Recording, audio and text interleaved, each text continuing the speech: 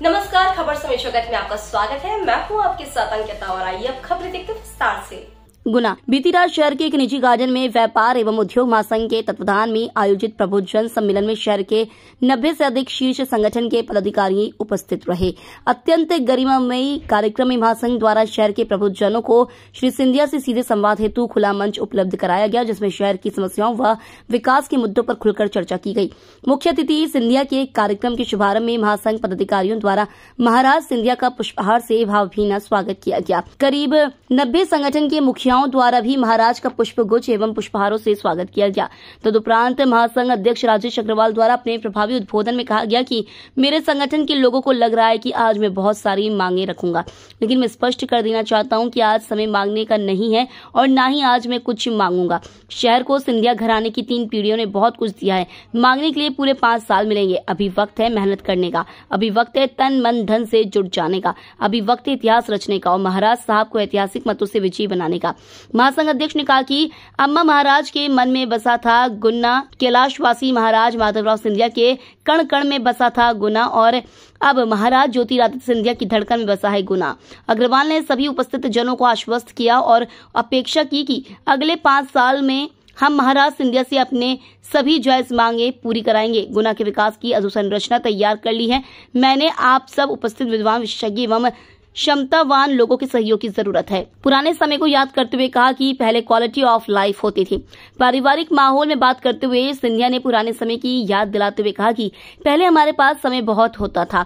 जहां भी किसी परिचित के यहाँ जाते थे, सुबह से शाम तक रुकते थे, संबंध बहुत मजबूत बनते थे। वो समय अलग था। आज भागम भाग के युग में ना तो संभव है ना वो बात रही है। आयोजित खुला मंच कार्यक्रम में आए महत्वपूर्ण सवालों के महाराज सिंधिया ने बड़े ही धैर्यपूर्ण एवं संतोषजनक जवाब दिए और सभी समस्याओं एवं सुझावों की फहरिस्त बनाने हेतु महासंघ अध्यक्ष राजेश अग्रवाल को कहा एवं शानदार सफल कार्यक्रम हेतु महासंघ की उन्मुक्त हृदय से प्रशंसा की। बहुत बहुत धन्यवाद अतुल, तुमने वाकई में कुछ ज्यादा कह दिया। मैं इतने के लायक भी नहीं हूं और हमारे बीच में जो शख्सियत और जो हस्ती है उनके सामने मेरे बारे में बात करना मैं समझता हूं मुनासिब नहीं है, लेकिन बहुत बहुत धन्यवाद, बहुत बहुत धन्यवाद। बहुत अच्छा संचालन कर रहे हैं अतुल, बहुत अच्छा संचालन कर रहे हैं अभिजीत। मंच पर विराजमान आज के कार्यक्रम के मुख्य अतिथि हमारे महाराज साहब श्रीमंत ज्योतिरादित्य जी सिंधिया, सदन में उपस्थित मेरी सभी संस्थाओं के प्रमुख, संस्थाओं के सदस्य, जिनकी वजह से आज हम इस मुकाम पर हैं, मैं सभी का हृदय से धन्यवाद करता हूं। बहुत बहुत आभार करता हूं जो मेरे छोटे से बुलावे पर आप पधारे। आज हम एक बहुत ही महत्वपूर्ण कार्यक्रम करने जा रहे हैं और आज हमने 90 से अधिक संस्थाओं के पदाधिकारियों को यहां आमंत्रित किया है, जिसमें हमारी सारी व्यापारिक संस्थाएं हैं और सारे सामाजिक संगठन हैं, महिला शक्ति भी है। जैसा कि आप सभी को विदित है कि आज मुख्य मुद्दा शहर के विकास को लेकर है और परमादरणीय श्रीमंत ने हमें समय भी उसी के लिए प्रदान किया है कि शहर के विकास की जो भी समस्या है वे श्रीमंत को बताई जाए और जैसे भी हो जल्दी से जल्दी उन पर क्रियान्वयन किया जाए। और उसी हेतु आज खुले मंच का आयोजन भी किया जा रहा है। देश के यशस्वी प्रधानमंत्री माननीय श्री नरेंद्र मोदी जी के नेतृत्व में वैश्विक पटल पर देश की साख बहुत तेजी से बढ़ रही है। पिछले दिनों मैं एक सभा में सुना था और हमारे महाराज साहब ने कहा था कि मैं गुना का बेटा हूं। तब आपने इतना कह दिया तो आज मैं भी इस मंच से कह रहा हूं कि महाराज साहब, आप हमारे नेता नहीं हैं, आप हमारे परिवार के मुखिया हैं, आप हमारे सर्वस्व हैं। मेरे साथी आज हमारे मुखिया से बहुत कुछ अपेक्षा के साथ आए हैं। महाराज साहब, आपकी 3 पीढ़ियों ने शहर को बहुत कुछ दिया है। पहले अम्मा महाराज ने, फिर कैलाशवासी श्रीमंत माधवराव सिंधिया जी ने और अब आपने। अम्मा महाराज के मन में बसा था गुना, कैलाशवासी महाराज साहब के कण कण में बसा था गुना और आपकी धड़कन में बसा है गुना। मैं महाराज साहब के लिए एक बार फिर सदन से अपील करूंगा, करतल ध्वनि स्वागत करें। महाराज साहब, बड़ी अपेक्षा है मेरे साथियों को और मेरी संस्थाओं को कि आज मैं बहुत कुछ मांगूंगा, मैं बहुत कुछ आपसे आज मांग रखूंगा, लेकिन मैंने तय किया है कि आज समय मांगने का कतई नहीं है।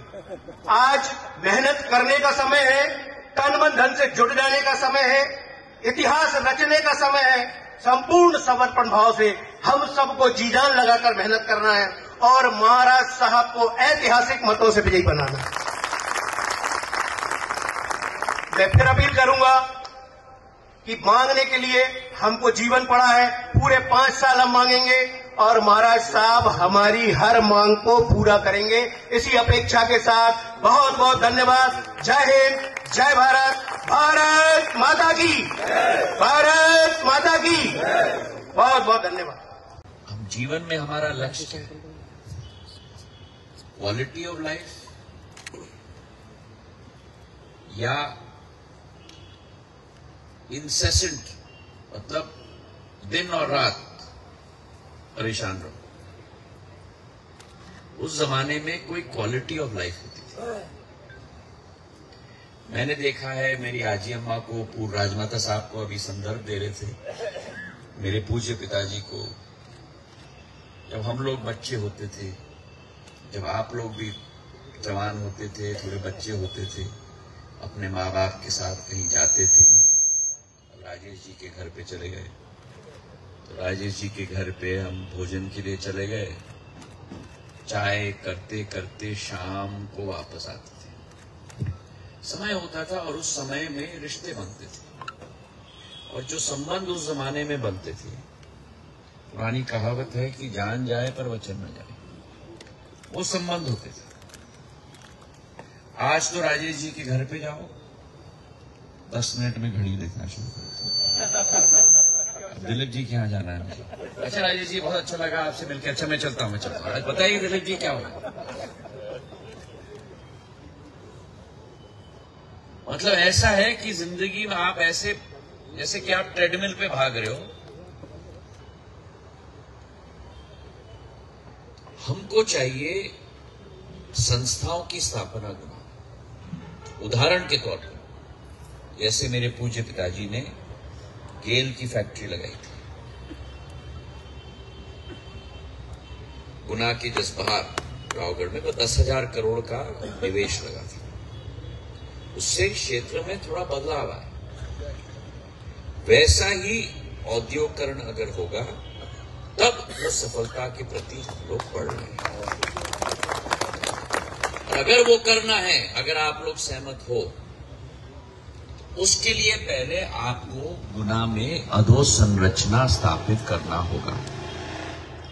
और देश में पूरा सिस्टम चलता है हब एंड स्पोक के आधार पर।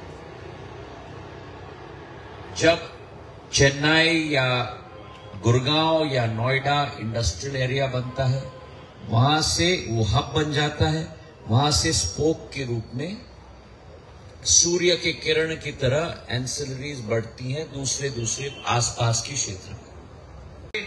पावर पॉइंट का प्रेजेंटेशन हम करेंगे और आप और हम बैठकर गुना का मानचित्र हम साथ में मिलकर बनाएंगे। जहां हम रेखांकित करेंगे कि 15 साल में गुना कहां आ चुका है और अगले 10 साल में हम गुना को कहां ले जाना चाहते हैं। और वो मैं अकेले नहीं कर सकता, आपकी भी मदद चाहिए, आपका भी विश्वास चाहिए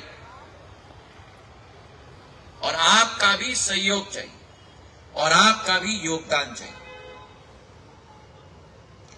आपको भी आगे बढ़कर निकलना होगा, किसी को तो रिस्क लेना होगा। अंग्रेजी में कहावत है, नो रिस्क नो रिवॉर्ड।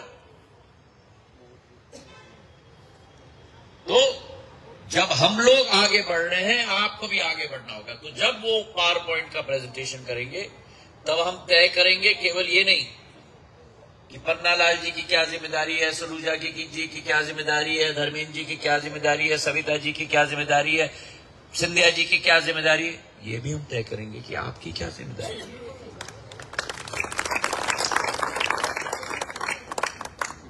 कोई ताली बजती है तो दो हाथों से बजती है।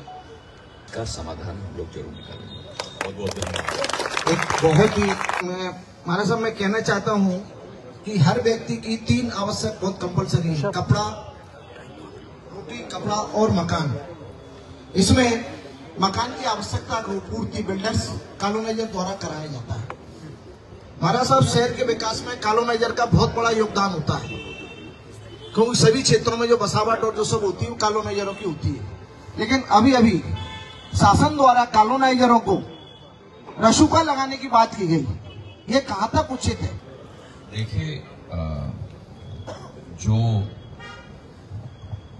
धाराएं लगी हैं या जो नियम है, इसकी सूचना मुझे पूरी नहीं है, तो विस्तृत तरीके से मैं आपके प्रश्न का जवाब नहीं दे पाऊंगा। 2017 में कैबिनेट ने धीरे से चालू किया था, इसमें आपका आगमन हुआ था 2017 में।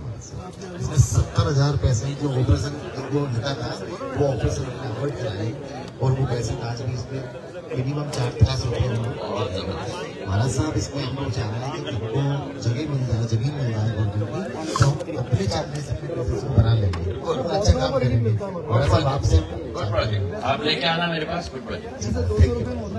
गुना से खबर समेत जगत के लिए सौरभ जैन की report. For latest news, subscribe to our channel and press the bell icon